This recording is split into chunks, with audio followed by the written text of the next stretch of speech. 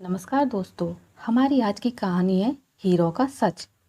एक बार राजा कृष्णदेव राय दरबार में बैठे मंत्रियों के साथ विचार विमर्श कर रहे थे कि तभी एक व्यक्ति उनके सामने आकर कहने लगा, महाराज मेरे साथ न्याय करें, मेरे मालिक ने मुझे धोखा दिया है। इतना सुनते ही महाराज ने उससे पूछा, तुम कौन हो और तुम्हारे साथ क्या हुआ है? अन्नदाता, मेरा नाम नामदेव है। कल मैं अपने मालिक के साथ किसी काम से एक गांव में जा रहा था। गर्मी की वजह से चलते चलते हम थक गए और पास में स्थित एक मंदिर की छाया में बैठ गए। तभी मेरी नज़र एक लाल रंग की थैली पर पड़ी जो कि मंदिर के एक कोने में पड़ी हुई थी। मालिक की आज्ञा लेकर मैंने वो थैली उठा ली। उसे खोलने पर पता चला कि उसके अंदर बेर के आकार के 2 हीरे चमक रहे थे। हीरे मंदिर में पाए गए थे, इसलिए उन पर राज्य का अधिकार था। परंतु मेरे मालिक ने मुझसे ये बात किसी को भी बताने से मना कर दिया और कहा कि हम दोनों इसमें से एक एक हीरा रख लेंगे। मैं अपने मालिक की गुलामी से परेशान था, इसलिए मैं अपना काम करना चाहता था, जिसके कारण मेरे मन में लालच आ गया। हवेली आते ही मालिक ने हीरे देने से साफ इनकार कर दिया। यही कारण है कि मुझे इंसाफ चाहिए। महाराज ने तुरंत कोतवाल को भेजकर नामदेव के मालिक को महल में पेश होने का आदेश दिया। नामदेव के मालिक को जल्द ही राजा के सामने लाया गया। राजा ने उससे हीरों के बारे में पूछा तो वह बोला, महाराज ये बात सच है कि मंदिर में हीरे मिले थे, लेकिन मैंने वो हीरे नामदेव को देकर उन्हें राजकोष में जमा करने को कहा था। जब वह वापस लौटा तो मैंने उससे राजकोष की रसीद मांगी तो वह आनाकानी करने लगा। मैंने जब इसे धमकाया तो ये आपके पास आकर मनगढ़ंत कहानी सुनाने लगा। अच्छा, तो ये बात है, महाराज ने कुछ सोचते हुए कहा। क्या तुम्हारे पास इस बात का कोई सबूत है कि तुम सच बोल रहे हो? अन्नदाता, अगर आपको मेरी बात पर यकीन नहीं तो आप मेरे तीनों नौकर से पूछ सकते हैं। वो उस वक्त वहीं थे। उसके बाद तीनों नौकरों को राजा के सामने लाया गया।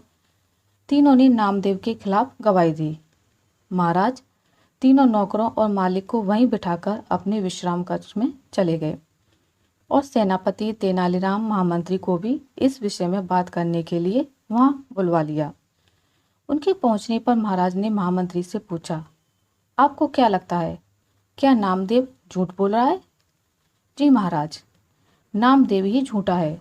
उसके मन में लालच आ गया होगा और उसने हीरे अपने पास ही रख लिए होंगे। सेनापति ने गवाहों को झूठा बताया। उसके हिसाब से नामदेव सच बोल रहा था। तेनालीराम चुपचाप खड़ा सबकी बातें सुन रहा था। तब महाराज ने उसकी ओर देखते हुए उसकी राय मांगी। तेनालीराम बोला, महाराज कौन झूठा है और कौन सच्चा, इस बात का अभी पता लग जाएगा, परंतु आप लोगों को कुछ समय के लिए पर्दे के पीछे छुपना होगा। महाराज इस बात से सहमत हो गए क्योंकि वो जल्दी से जल्दी इस मसले को सुलझाना चाहते थे, इसलिए पर्दे के पीछे जाकर छुप गए। महामंत्री और सेनापति मुंह सिकोड़ते हुए पर्दे के पीछे चले गए। अब विश्राम कक्ष में केवल तेनालीराम ही दिखाई दे रहा था। अब उसने सेवक से कहकर पहले गवाह को बुलाया। गवाह के आने पर तेनालीराम ने पूछा, क्या तुम्हारे मालिक ने तुम्हारे सामने नामदेव को हीरे दिए थे? जी हाँ। फिर तो तुम्हें हीरे के रंग और आकार के बारे में भी पता होगा। तेनालीराम ने एक कागज और कलम गवाह के सामने करते हुए उससे कहा, लो मुझे इस पर हीरे का चित्र बनाकर दिखाओ। इतना सुनते ही उसकी सिट्टी पिट्टी गुम हो गई और बोला, मैंने हीरे नहीं देखे क्योंकि वो लाल रंग की थैली में थे। अच्छा, अब चुपचाप वहां जाकर खड़े हो जाओ। अब दूसरे गवाह को बुलाकर उससे भी यही प्रश्न पूछा गया। उसने हीरों के रंग के बारे में बताकर कागज पर 2 गोल गोल आकृतियां बनाकर अपनी बात साबित की। फिर उसे भी पहले गवाह के पास खड़ा कर दिया गया और तीसरे गवाह को बुलाया गया। उसने बताया कि हीरे भोजपत्र की थैली में थे, इस वजह से वह उन्हें देख नहीं पाया। इतना सुनते ही महाराज पर्दे के पीछे से सामने आ गए।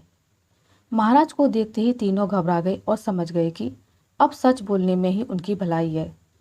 तीनों महाराज के पैरों को पकड़कर माफ़ी मांगने लगे और बोले, हमें झूठ बोलने के लिए हमारे मालिक ने धमकाया था और नौकरी से निकालने की धमकी दी थी, इसलिए हमें झूठ बोलना पड़ा।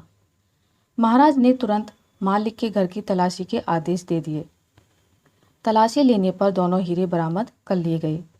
सजा के तौर पर मालिक को 10,000 स्वर्ण मुद्राएं नामदेव को देनी पड़ी और 20,000 स्वर्ण मुद्राएं जुर्माने के तौर पर भरनी पड़ी, जबकि बरामद हुए दोनों हीरे राजकोष में जमा कर लिए गए। इस प्रकार तेनालीराम की मदद से महाराज ने नामदेव के हक में फैसला सुनाया। आशा करती हूँ आपको मेरी आज की कहानी अच्छी लगी होगी। अगर आपको मेरी ये कहानी अच्छी लगी है तो इसे लाइक करें, ज़्यादा से ज़्यादा शेयर करें, और अगर आप मेरे चैनल पर नए हैं तो इसे सब्सक्राइब करना ना भूलें। मिलते हैं एक नई कहानी के साथ, तब तक के लिए नमस्कार।